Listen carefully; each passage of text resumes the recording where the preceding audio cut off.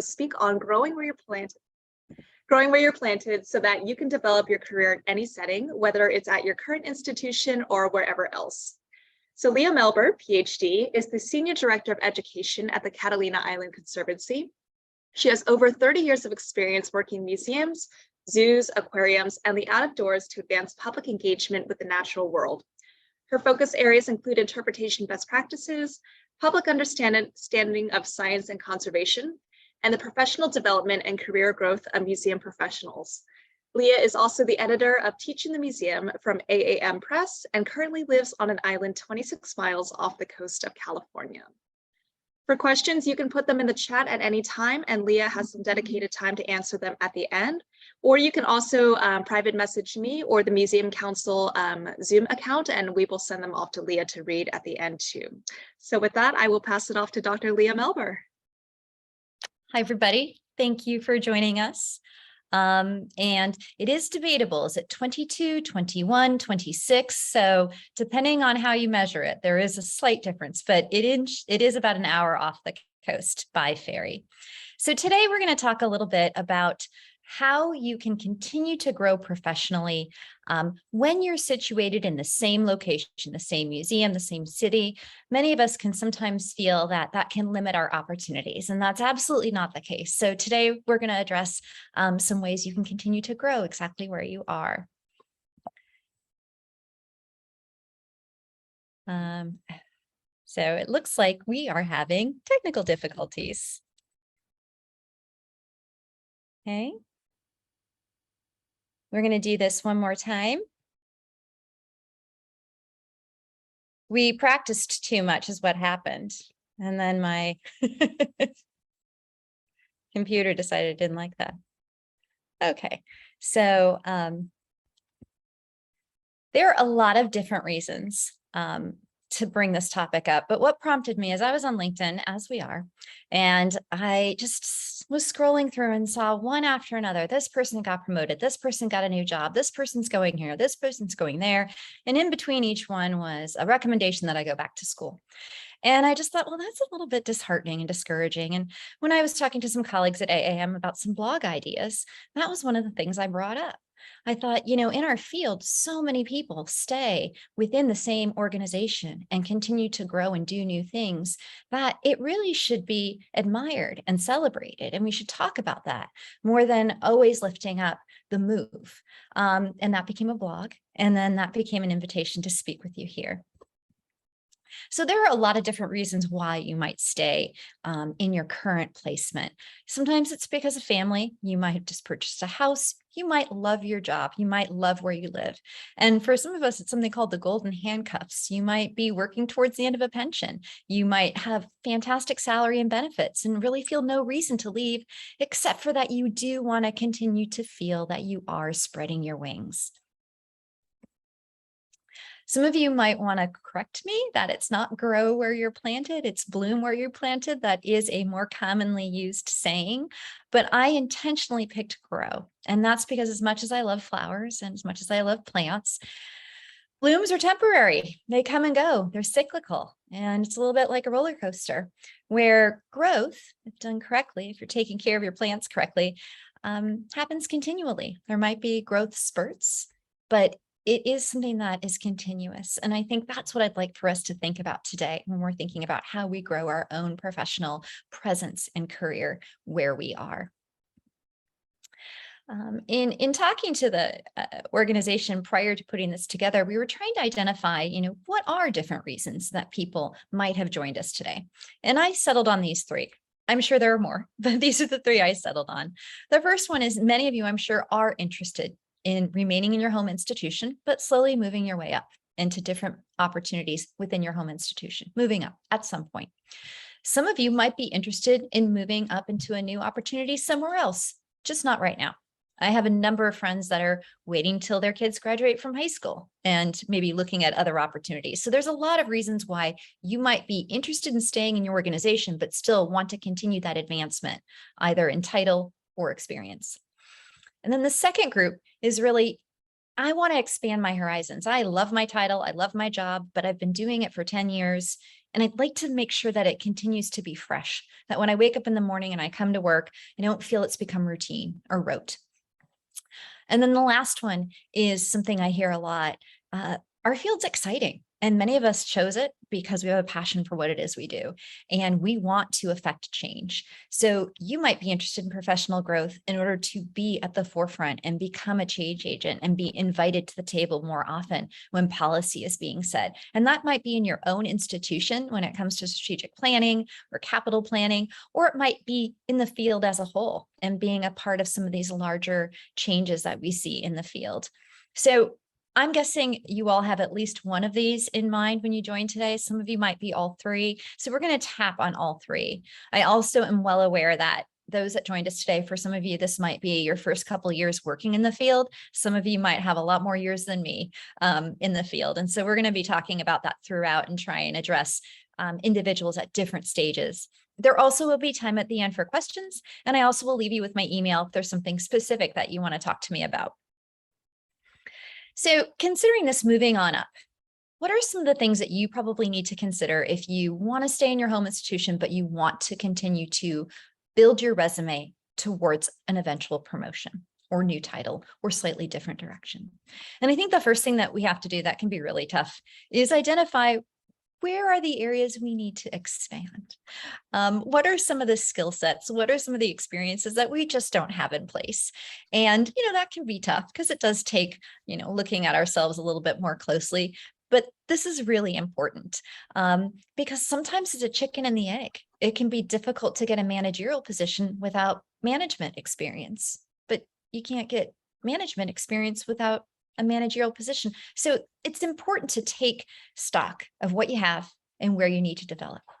One of the things I like to do is and I still do this, is I look at opportunities and I look at the postings and I run through the postings and identify how many of these things do I have. This is how I got my first professional job in a museum.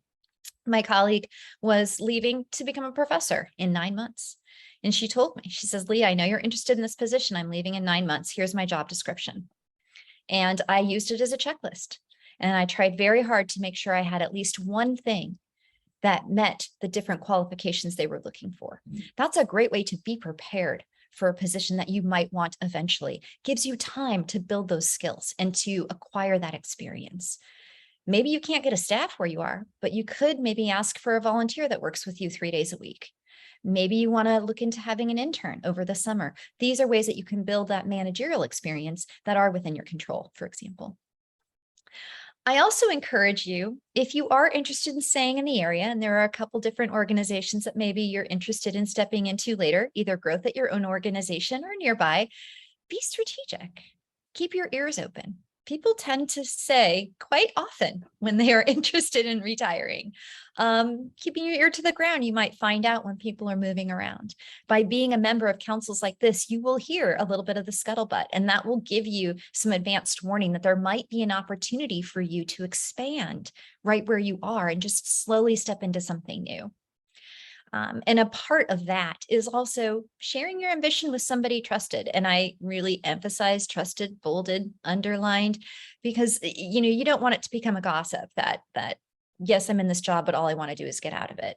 But everybody has at least 1 or 2 people that they can connect with in a leadership level, and share some of that with them, and maybe ask for some advice on some things that might be opportunities happening right now that can build that skill set that you identified earlier was something that you were missing.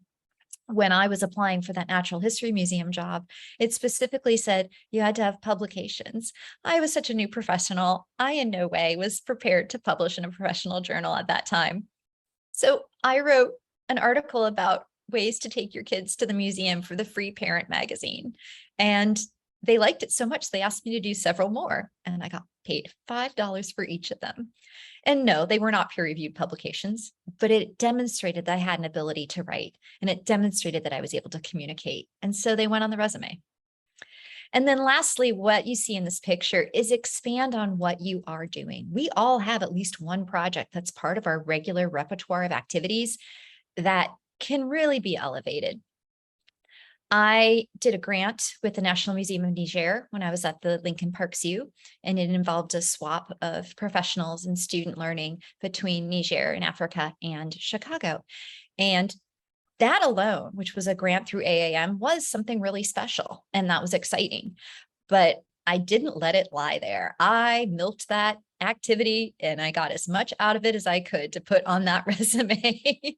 I think I have a book chapter that came out of it. I think I wrote 2 articles about it. I made sure that it was in every newsletter that possible for the organization. I invited other departments to participate with us so that that could be part of it. And, that's another way you can raise your profile simply by rethinking something that you're already doing and how can you stretch it or expand it slightly in order to build new expertise and also increase recognition of what you're capable of. This is one thing I did want to share. It can be slightly controversial, but there is some work coming out of Wharton School of Economics on something called non-promotable tasks. So when you're eager to move up, both in your own organization and also eager to be recognized, sometimes we can say yes. And sometimes we can say yes indiscriminately. And the research that came out of Wharton was that non-promotable tasks are the types of things we say yes to, but they don't help us advance our career. And they are not instrumental to mission. They're not visible to others. They don't require special skills. You can read the slide on your own. In short, this is the person that always takes notes in the meeting. This is the person that organizes the birthday cake. And not surprisingly, women, as well as our colleagues of color, are more often the ones that fall into doing non-promotable tasks. And the Wharton research said that women spend 200 more hours a year doing non-promotable tasks. Now, it is a fine line. We do want to say yes and be collaborative and be a team player. But if you are looking for advancement, just keep an eye on what ratio of what you're saying yes to is something that might fall into this category versus something that might elevate your reputation in the organization. And this is a photo of my lovely former director of HR and myself. I had somehow said yes to helping with uniform selection. And if you think that is easy, you are wrong. It was hours and hours and hours of time I will never get back selecting the uniforms for our organization. And I learned a lot, but it definitely qualified as what we say a non-promotable task because everyone has forgotten I did it. The other category that we talked about is, just expanding. So rather than up and out, people that want to grow this way.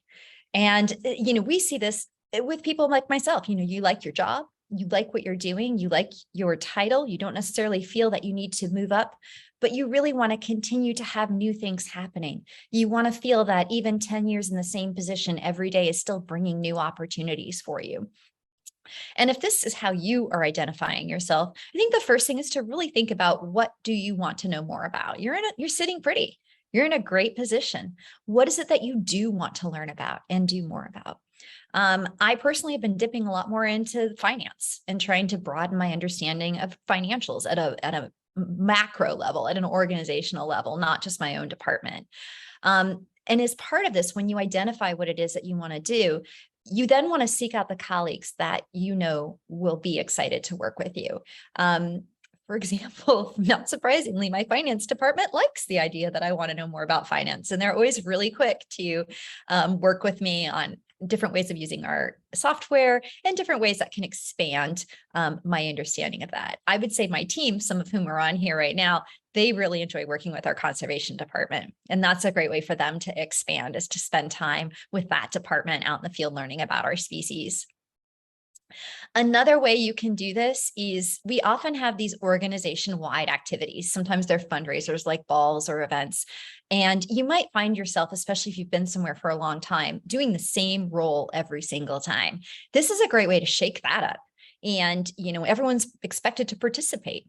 At the Lincoln Park Zoo, we had Zoo Lights, which was an evening light time production. And when you were new at the organization, you would serve just as manager on duty. And then once you'd been there for a while, you were a night captain. And that doesn't sound like a big deal until you realize that you were the one person in charge should anything go wrong at a large zoo with large animals and thousands of people roaming around. And so it was a different type of learning that I had to do. And that was another way of participating in an organization-wide event differently that helped me build new skills. And then lastly, build your new networks. And we're going to circle back on that. The number one way I think that you can really continue to grow professionally is by making new connections. I learned so much from the different people that I connect with. And I think that that is probably one of the things that invigorates me the most in this field, is when I have a chance to talk to a colleague that I haven't talked to in a while, and catch up and find out what we've been doing and learn about what's happening somewhere else so that I can bring that into my own practice. When we do think about expanding here and how we can grow ourselves, not necessarily up, but out and in breadth, the first thing that does come up is education. And I think advanced degrees are of significant value. And I will tell you that although working full-time and going to school full-time was very traumatic, and I cried a lot when I earned that PhD, it has made a big difference for me and personally my career path. I apologize. I tried to feed him to keep him out of the way, but he is difficult to control. I think when you're considering school, the most important thing, thank you for making me not feel so bad. The most important thing to think about is school's expensive. So when you make the decision to pursue a degree or to pursue a certificate, you really want to be realistic about what the maximum return on investment is, and if that is going to fit with your financial goals and plans. I think sometimes we can get overexcited with all of that bombardment and think that the only thing we can do is to go for an advanced degree. And I encourage you to also look at certificate programs, courses within professions. I actually had to make decisions about lighting at my nature center here. And my former CEO asked me a question that in some ways I actually think he was testing me. He asked me a very difficult question about what lights I wanted based on light wavelength. I'm not an exhibit designer, I'm an educator. But I found the recording of an all-day seminar specifically on gallery lighting. So those of you joining me from an art museum, you don't have it easy. And I watched that all-day seminar, and I was able to respond to him with some very specific information of what I wanted. And I think I surprised him. I didn't think he thought I could do it. So there's a lot of ways that you can gain education that doesn't involve a degree program. If you do want to do that, shop around. I wanted to do a diversity and inclusion certificate, and there's a wonderful program at Cornell that kept popping up, and it just was financially and time-wise outside of my ability. And instead I found an alternative. I found an alternative that was shorter in duration. It also had a price point that fit within my already allocated professional development budget. And so I was able to have that approved internally. So I was able to pursue that instead of a conference. And I was really glad I did. Certainly was not as thorough as the Cornell program is. I'm under no illusions that it is, but it was wonderful for me. So I do encourage you to shop around. And these are my grandparents. They helped make school possible. The last thing we talked about was interesting in growth so that you can be a change agent, especially for those of us that have been in the field for a long time, but honestly, anyone that joins this field.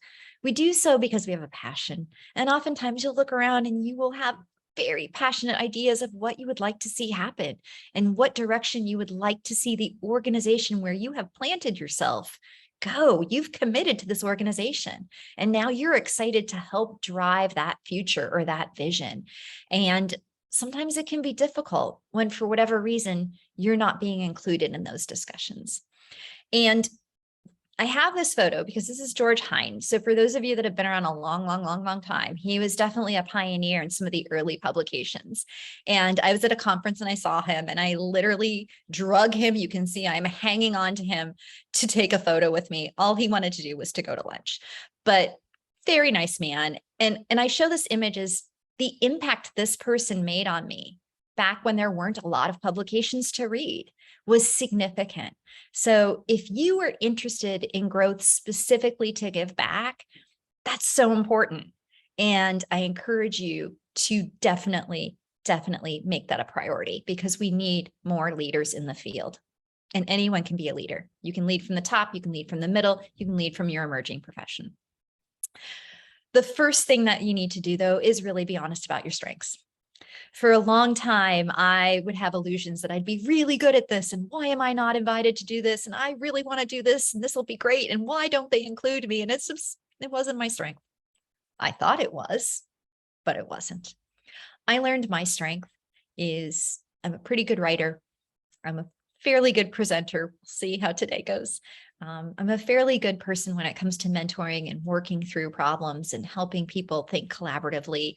And once I recognized that that is where my sweet spot was, and I would capitalize on that, that's when I became invited to participate more in exhibit projects and strategic planning projects and capital projects, regardless of where I was in the hierarchy of the organization. I think that once you recognize that in yourself, you then have to share it with the folks that are gatekeeping those experiences. And sometimes that's as simple as talking to a supervisor. So if you're not already at the strategic planning table for a project you have interest in, talk to someone that is. And be honest and say, hey, I am so excited. I'm going to be here for a while, and I'm so excited about this project. I know you're working on these planning meetings. I would love to know more about them. Can you tell me more about how I might be able to get involved? Is there a way that I can contribute to this process? And I think you'd find that more often than not, there is an opportunity. There is some receptiveness to that opportunity if you ask the right person. And sometimes it might just be having your supervisor download with you. That's the model I had at one organization where I wasn't able to join, but my supervisor would download with me and we would talk about it. And a few times I shared some nuggets that were helpful about things I had seen in other organizations. And when those kind of came back to the table and she shared those out, the next time there was a plan, I was actually a part of it, because I had been sharing some information that I had to offer that wasn't about me. I know best, I know best, I know best. But gosh, I've been listening into the field. I've been reading the articles. I've been talking to my colleagues, and these are some trends I've seen. That's the kind of thinking that more often can get you included in those discussions. Another way that I think many of you have probably already discovered you're at this meeting is increasing or expanding how you interact with your professional organizations. When I first started with AAM, I was very active in EdCom, the education committee. Fast forward, 20 years later, and I think there's a fresher voice for that committee. I still support them, but I think they've got some dynamic, fresh voices. They don't need me in there. I've sought out other ways to participate. So I'm a map reviewer. I review some of the book proposals. I think I can say that.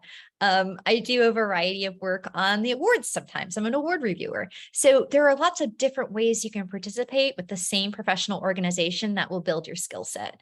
And I would really encourage that. And then lastly, I know we have representation from a lot of different fields that includes probably some curatorial and conservation. I think this idea of looking at your own evaluation and action research, for those of you that do have a slightly more academic mind, you might not be situated to launch your own research project currently, depending on your role, depending on the time you have available.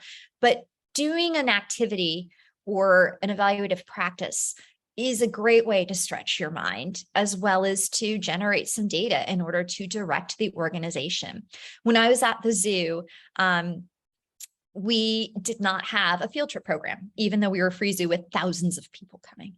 And they all came on a Friday in May. So 4 days out of the year is when tens of thousands of children would come.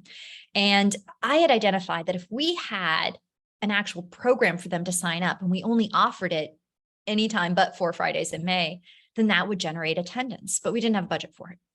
So my one employee and I used our only asset, which was a bus credit, and we designed a pilot program for field trips. And we used this bus credit to invite a few different schools to come and pilot the program. And we're very strategic. We invited schools that had children of people that were in leadership and decision-making. And we invited them to watch, and we ran the pilot, and it was not surprisingly very successful because we had practiced. We really knew this was a slam dunk. And we collected evaluation on it, and it was a really successful program. We just didn't have the funds to run it. We didn't have a staff member, and we were able to use that data to then leverage one of our supporters, one of our foundational supporters, to fund that position. And they would fund that position every year for a number of years until I left, and we were able to offer the program. So doing action research or new evaluation approaches can be a way for you to create data in order to advance something that you know will improve what's happening at your organization or the field as a whole. Some of you might like a more concrete approach to how you grow professionally.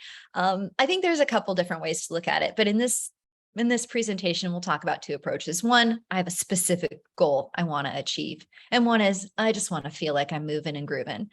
So the first is, if you have a specific goal, I actually use this kind of rule of three, and apologies if someone else uses a rule of three. You never know. Sometimes great minds think alike. First thing is I identify my target. What do I want to achieve? The second is I'm really honest with myself. Okay, what are three things that I have or three things I'm able to do that are going to help me get there? And then the tougher question, what are three areas I don't have, or three areas I need to be better at, or three areas I need to grow in order to get there?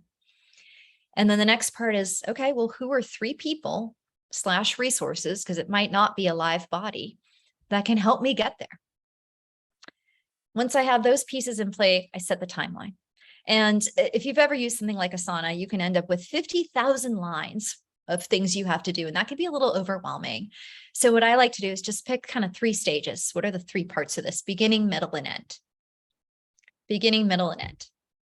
And then within each stage, what are three key steps that need to happen within each stage? So what does this look like? Going back to that article I had to write, that first article in LA Parent. So again, I knew I had to have a publication. I knew I had nothing valuable to say yet for a peer-reviewed publication. And so I went for the free giveaway circular that lands in stacks outside hospitals and schools. And that was my target. I'm going to get a short article in LA Parent. What are three things that qualified me? Well, I was a pretty good writer. I knew that LA Parent existed, and I was writing about what you could do at a museum. I worked at a museum and I knew about museums. So, all right, things I needed. Well, I didn't have kids. So maybe my ideas that I thought were amazing were not so amazing. I didn't know much about the publication itself. I didn't know how long to write the article. And though I'm a pretty good writer, I'm not a great copy editor. So I've gotten better, but at this time I was not. I was very verbose.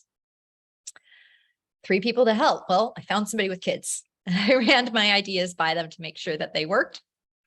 I also found somebody to read through and let me know if I was being too verbose. And then lastly, I found the page that describes exactly what you need to do in order to submit your work. So again, those three stages, beginning, middle, and end: research, draft preparation, and then polish and submission. I find the rule of three to be a little bit easier for me to get my head around than multiple tasks, especially if it's a target that might seem out of reach for me. So that's one approach. I think there's a lot of other research out there about specifically achieving your goals. So this is just one thing you can consider to use. I think my sweeter spot is this general growth, this kind of daily growth, this idea that you're consistently moving forward. As they like to say, a shark, you're constantly swimming forward. That is something that's important to me. It's not as important to other people, but for me, it is important to constantly be striving and moving towards that next step, whatever that is. And so my tips for you on that are, number one, find an accountability partner. I have had the same accountability partner since my first job, and I have known this person for well over 20 years. And we do still check in mostly every day. But as far as our goals, we check in at least once or twice a year. We set our goals and we address where we're going and how close we are to getting there. I think the second thing for continued professional growth is building your network and networking. I used to hate it when people would tell me to network, because I would equate that with kind of like a sales gig, and the idea of pushing your way in and kind of forcing your way to talk to somebody and asking them a million questions and being really aggressive. And that's not my thing. That's not my thing at all. I just want to maybe talk to you about a painting on a wall, or maybe, talk to you at the happy hour at the conference where we're awkwardly standing there because we don't know anyone else. That's more my style, and that's okay. It's about, how do you build the network of people you know in a way that is authentic for you? This image of me in the cute little suit that I don't have anymore, that is Marcia Semmel on the left, or my left. And she used to be head of IMLS a couple people ago. And I met her at a conference, Westmuse, and it was in Alaska. And yes, that's why we went, because who doesn't want to go to Alaska? And we were walking through an exhibit. I didn't know who she was. I was still pretty new in my career. And I was just chit-chatting with her probably about the exhibit. And she mentioned to my accountability partner and I, hey, do you ladies, want to review for IMLS grants? And we said, sure. And I've been reviewing for them well over a decade. And that wasn't aggressive. That wasn't me trying to be a salesperson. That was just me chit-chatting with somebody at a conference. And so, whatever your style is for networking, build that network, because you'll be surprised at how many opportunities might come your way. This presentation grew out of chit-chatting with somebody over LinkedIn who just reached out to say, hey, I enjoyed reading your blog. So don't underestimate how just being friendly and open and kind. And yeah, you do kind of need a LinkedIn profile, and just taking advantage of opportunities to talk to someone new and different. Something else that's really important is to always have an active, up-to-date CV or resume. We have somehow started this mindset that we only need these for when we're looking for jobs. And that is absolutely the worst thing that you can do. First of all, if you're at your organization and they're going to do a federal grant, and you want to be a part of that federal grant, first thing you're going to need to do is give them a 2-page resume that's in NSF format. And if you have to dig through because you have no idea what dates you used to work where, I don't want to say that they're not going to include you, but you're certainly a more capable partner if you can sip that off the next day. So I keep one going all the time. And I just add bullets every time I think of something that I'm doing, I add it, because you're going to forget. You're going to forget the types of things that you are doing that are really dynamic. I had a conversation with someone the other day who said, wasn't that great, that symposium you hosted? I had completely forgotten a 3-day symposium I designed, developed, and hosted for over 35 people from around the nation and internationally when I was at the Lincoln Park Zoo. I totally spaced it. Wasn't on my resume anywhere until somebody mentioned that. And I said, oh, that was actually a pretty neat achievement. And I added that back in. So when you keep an active CV, not only are you well positioned to take advantage of growth opportunities that might come your way, such as speaking at a conference or participating in a consulting opportunity, but it also helps you keep track of the things that you were doing, the successes you were already making. I also encourage you to have fun. You've decided this is a place you want to stay. This is a place you're enjoying. This is a place you want to be. This is a place you are putting down roots. So have some fun. I am not a yoga instructor. This was a call for people that wanted to do yoga for a photo shoot for our new Yoga in the Morning program. And it was a great day. Got to leave our desks, put on some yoga gear, get outside, and connect with a lot of different people from different departments. And it's just fun. But it was a nice way to network with other people at my organization, and also to internalize the spirit of being a core part of that work community. At the Natural History Museum, we used to have lunchtime movies. They had found all these old reel-to-reels from the 40s, and we would watch these little reel-to-reels and have our little lunches, our 30-minute lunches, and watch these little short films. And it would be people from every different department. Where I am now at the Catalina Island Conservancy, conservation work days are very popular. It's a way for folks to get out and really see what our mission is and spend time on the land and gain a deeper understanding of what happens out there. I am not as physically robust as many of my colleagues, but they're out there, man. They're climbing hills and they're digging up invasive fennel. So there is a lot of different ways that you can have some fun and also insert yourself more deeply into the fabric of your organization. And then the last thing, which is my favorite thing to suggest, and actually I have a colleague that's on this call right now that I have to check with her and see, Kelsey, if you're keeping up on your achievement calendar. An achievement calendar. This is, to me, one of the best tools. You start by buying a calendar, and they are all on sale right now because it's January. Just make sure there's room to write. If you are somebody that has 5 million pens like I do, you can't see them. But right over there, there are literally 50,000 different colored pens in my little pen holders. So you might choose to do it electronically. An achievement calendar can function in 2 ways. One, it can be just, what am I doing every day to see professional growth and development? Or it could be, what actions am I taking towards a specific goal? When I was involved in job searches, I was very active. My end goal was getting a job. And so I was very aggressive. I would enter 3 to 4 to 5 things I was doing every day to advance me towards that goal. The trick is they don't have to be big things. So if you are job searching, maybe you do apply for a job. That's a big step. Maybe a small step is that you got a good night's sleep before an interview. And I think that's what we need to do, is give ourselves credit for the big things and the small things we do that move our profession forward. I keep an achievement calendar right now. Every day I write down something I do that is of benefit to my career and my professional path. And sometimes it is big, like doing a presentation. And sometimes it is small, like actually reading the newsletter that my professional organization sent out, rather than just deleting it because my email box is too full, right? Sometimes it's just liking something on LinkedIn. Sometimes it's actually just sending somebody an email. Hey, congratulations. Heard you have a new job. So if you find this a helpful tool, what is exciting is after a week, after a month, after a year, you look at this document and you see you have done 30, 60, 90, 365 things to benefit you in your career path. And I can guarantee you, if you are doing 365 things, you're seeing some growth. You're seeing either a broader network, you're seeing a couple new skills you've learned. I don't know what it will be, but I can guarantee you, you will be seeing output by this approach. The key is, again, it does not have to be big things. It could just be that you got a good night's sleep before a big meeting that had made you nervous. Sometimes I write down that I meditated before a tough meeting. That's still something that's going to advance me professionally. So there's a lot of different things you can record here. I would be naive if I didn't address the challenges that you might face. This is a big challenge.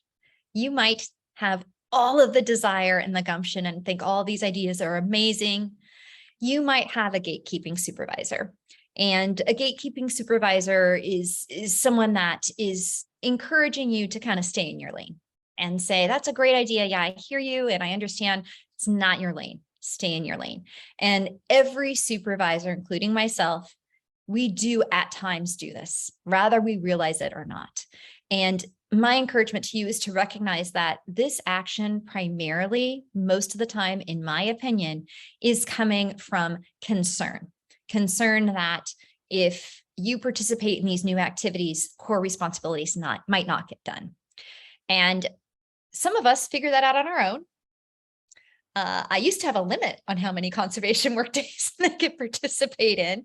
And then I realized that was gatekeeping, and now they can do as many as they want. So even being a supervisor, you're constantly learning and changing and growing, right?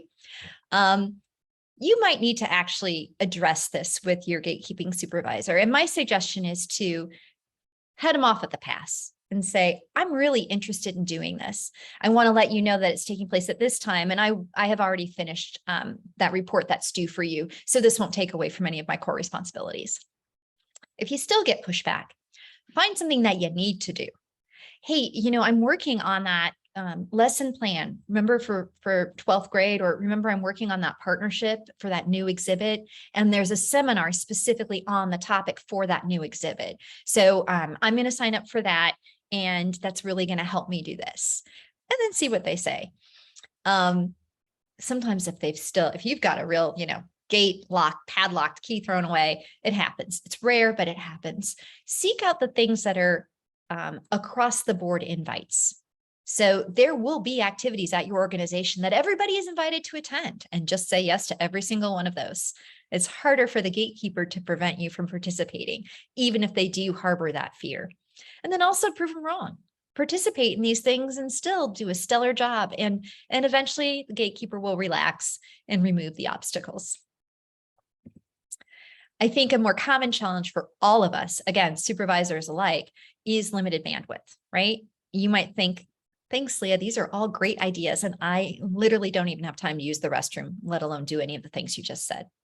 And that's the reality. You will have some times in your career where that is the case, and you can feel stuffy and constrained and not know how to get out of it, almost drowning. I mean, I thought this image that I got off of Adobe stock photo was perfect, feeling like I'm drowning in this paperwork.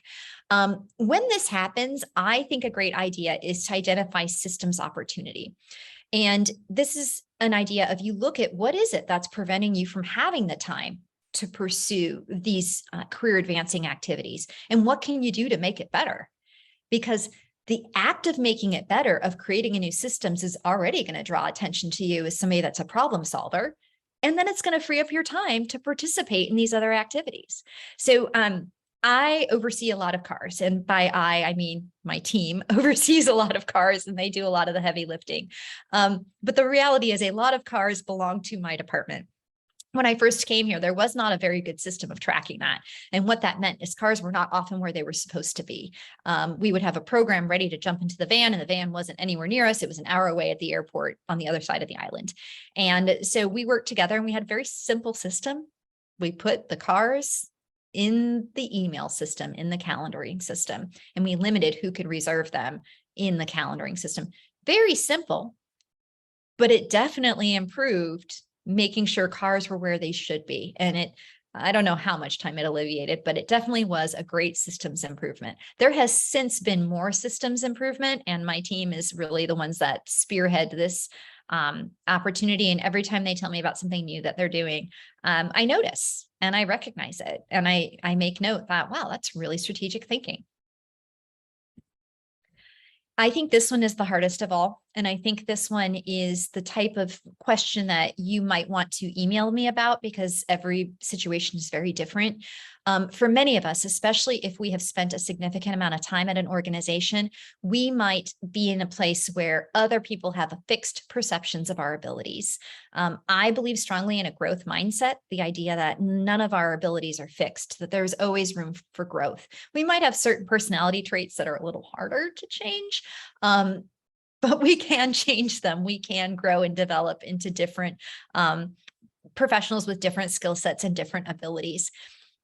If you are somebody, let's say you started as an intern and you're there 10 years later, I can guarantee you somebody is still looking at you as an intern. And that can be challenging. That can be challenging to change the perceptions. My first job in the Natural History Museum, I worked part-time in the kids' room when I was 21 years old. And I wore a lot of short skirts, and I'm fairly certain I used to wear a ponytail right on top of my head. It was the early 90s. These are things we did. I might have even had LA gear with multiple pairs of socks. Fast forward about 7 years later, and I did step in. I was a PhD student. I had more experience, and I stepped into a more professional role. And one of my colleagues there, every time he would see me, he would say, in almost a disparaging way, "You're so different now. You even dress different. It's like you're fancy now, and you're trying to be all business like." And it was really difficult because I was still nervous. It was my first professional job. And finally, I just, kind of said to him, I said, I do dress differently, and I am a little different because that was 7 years ago. And, I've learned a lot since then. And he looked at me and he goes, 7 years? That was 7 years ago. And he apologized. He said, I hadn't even realized that. That makes a lot of sense now. And then off he went. Never bothered me again about it. So, sometimes a direct communication can be helpful. Sometimes just proving somebody wrong by continuing to do things that demonstrate this higher caliber of learning that you have, or these new skills that you've developed. I had mentioned to the organizers of today, what I really wanted to include here was a clip from Sex and the City. If you've ever seen it, it's when they're talking about women and crying. And Charlotte mentions that when she was hanging a show, she cried once in her gallery, and she says, 4 years, I cried once. 4 years later, they still bring it up. And I think that many of us can relate to that. And it's a really cute clip. So if you haven't found it, Google Charlotte crying 4 years later, and it'll come up, and it's really cute. But that is something that you will need to overcome. And if you have some specific questions that don't get covered today, we can talk about that too.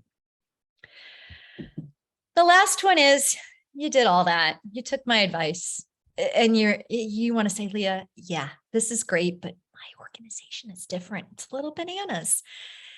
Our field can be a little bananas. there's a lot going on out there, and there's not a whole lot you can tell me that would shock me regarding what happens in our field.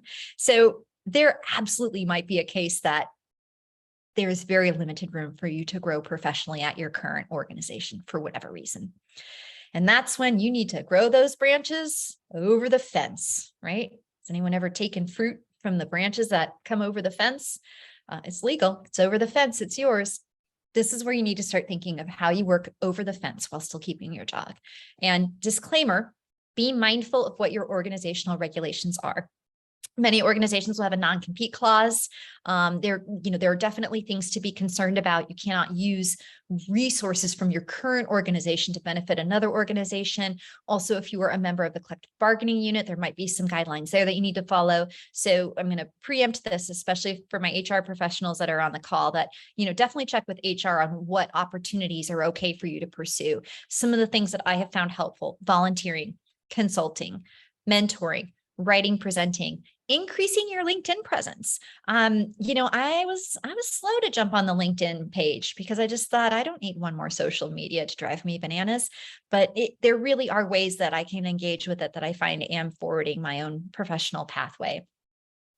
I was looking at someone's resume. I was consulting with somebody to help her with her resume, and she was a brand new professional. Her only museum experience was a small internship at a great place, but still very limited experience.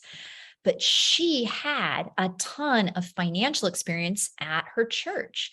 She was like their head finance administrator. She was in charge of their audit. She was in charge of more financially than I am.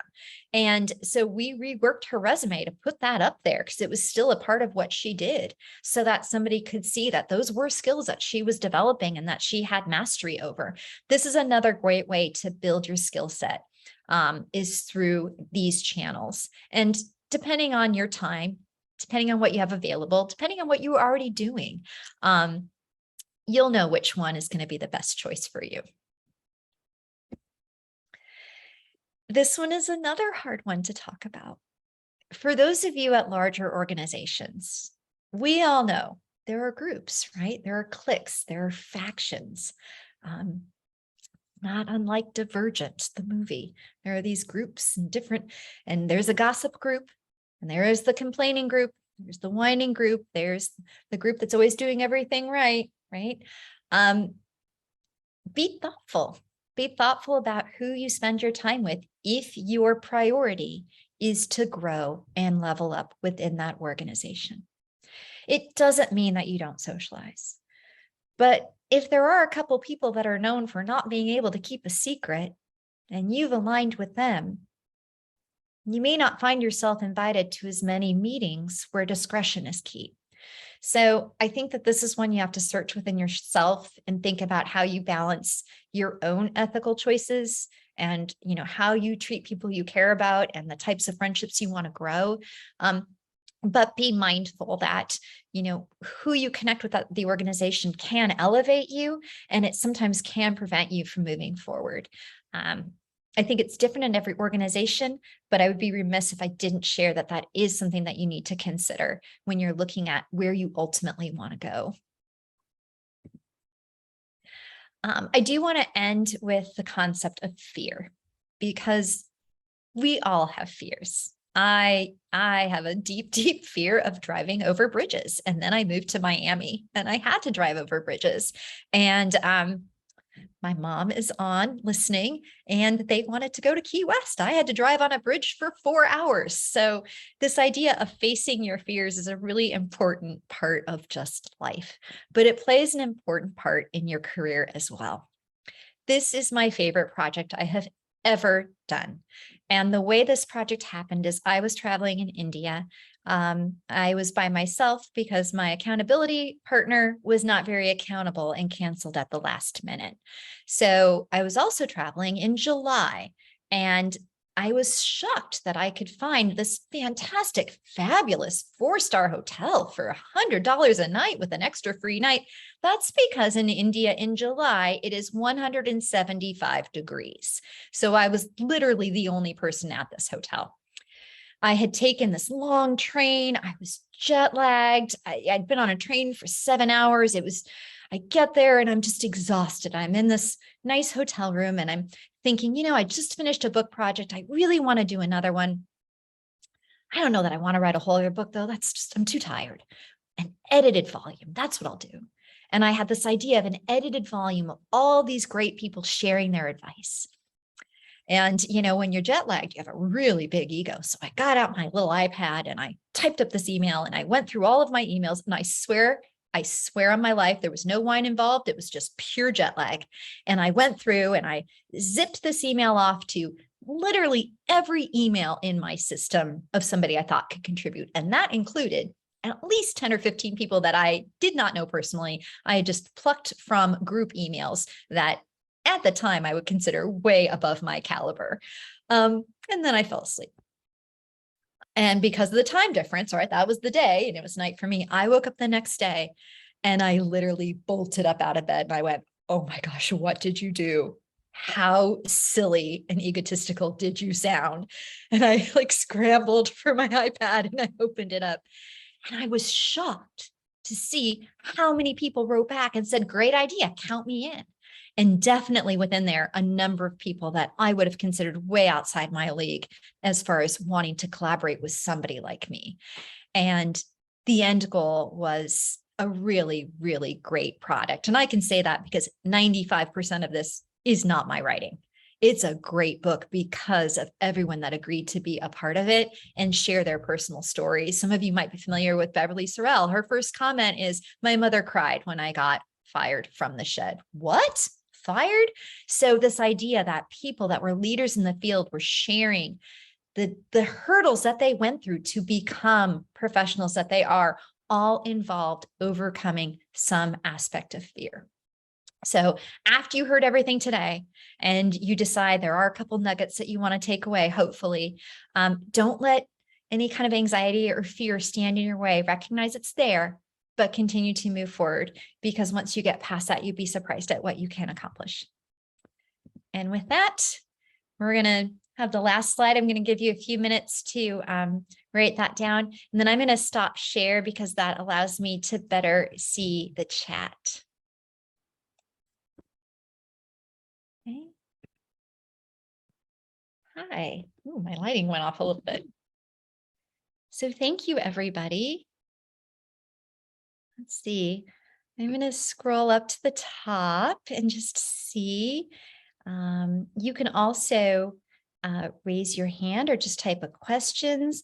Here's one. I'm looking at furthering my education, but the process feels daunting from choosing a school of financials, general life as well. What's a good starting off point to make the process feel less daunting?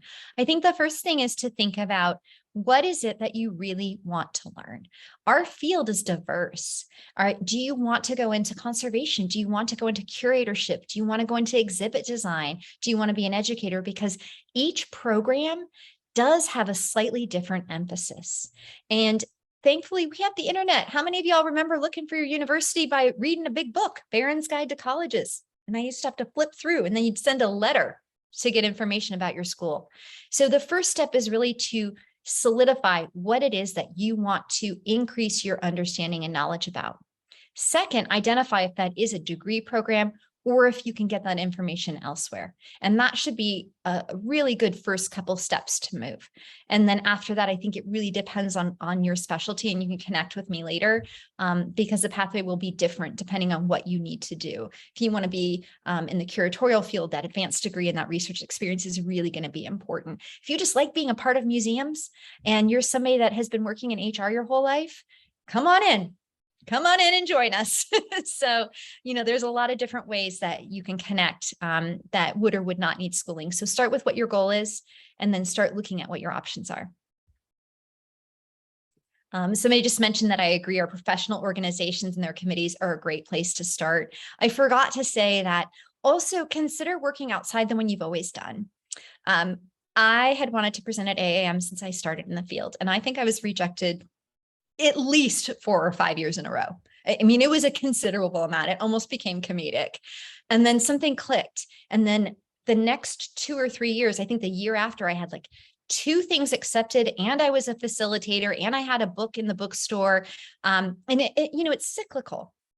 And so if one doesn't click with you, there's another. I'm less active in Aztec. My friend loves Aztec. My team is super into NAI and NAAE, and I'm more AZA, AAM. There's so many different groups for you to participate in. Definitely try them on for size and see what speaks to you and what has a group that really connects with what you're excited about.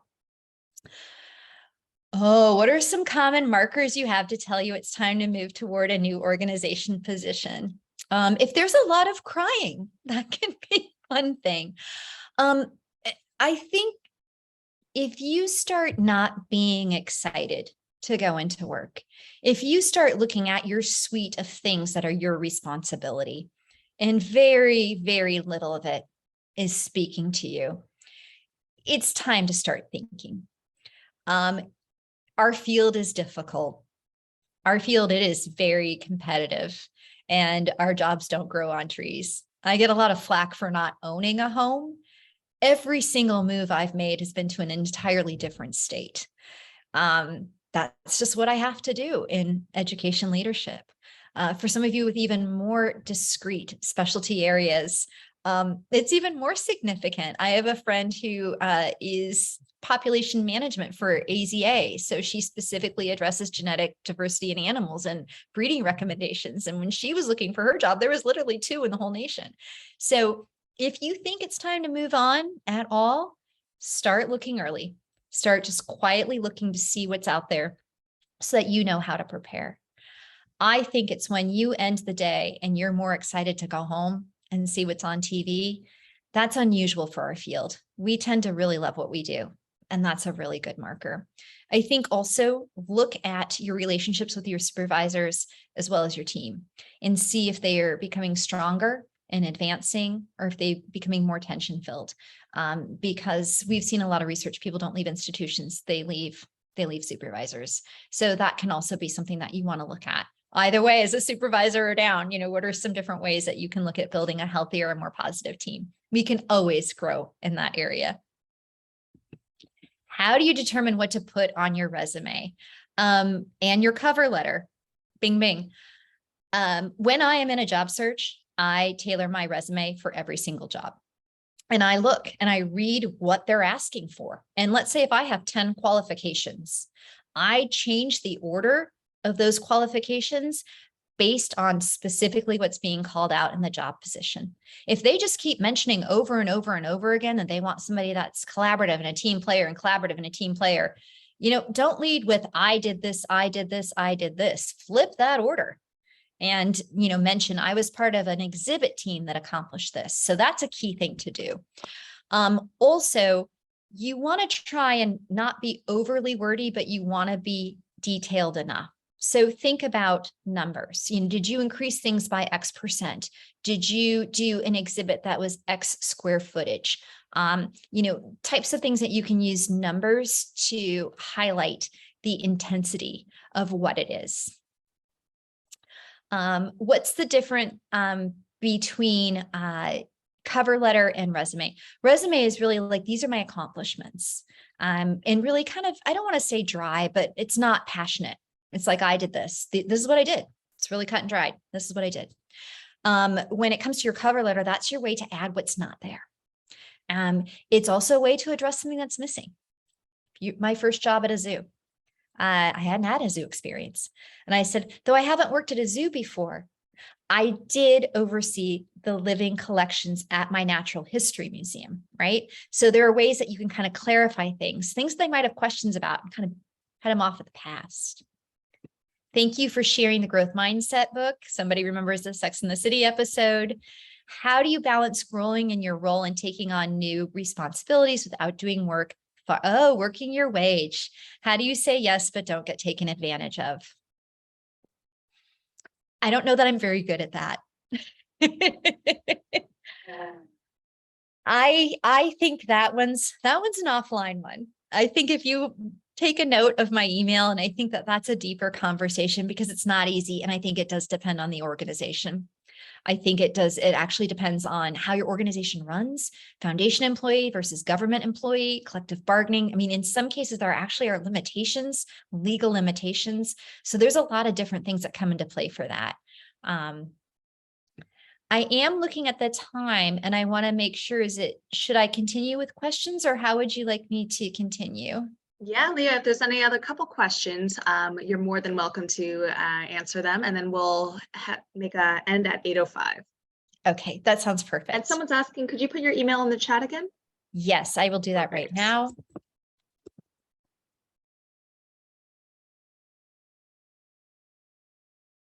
Okay, there's my work email, and then here's my other work email.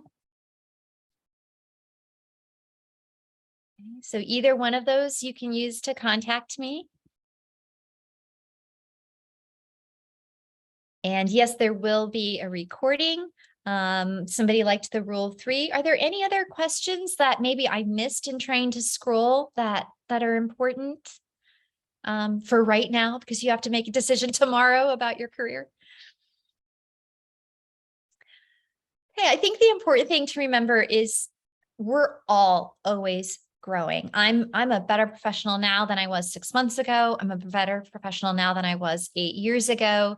You know, when you put your mind to it, you can continue to improve and grow. And as long as you recognize that there's always room for improvement and you listen to the feedback that you get, you know, there's a lot that you can accomplish. Balancing that with your own confidence, of course. So with that, I really want to thank you for joining me today. Yes, and Leah, thank you so much for this incredible presentation, just sharing all this valuable information, your own experiences, your vulnerabilities, the journey to get to where you are. So many amazing questions. I'm seeing in the chat, there's a lot of love for you, and we really appreciate your being here and for kicking off 2023 speaker series. So we would love to keep connected with you and, you know, have more questions answered and hopefully have you back in the future sometime as well. I would love that. And I'm Thank you excited to guys. see who else you have on.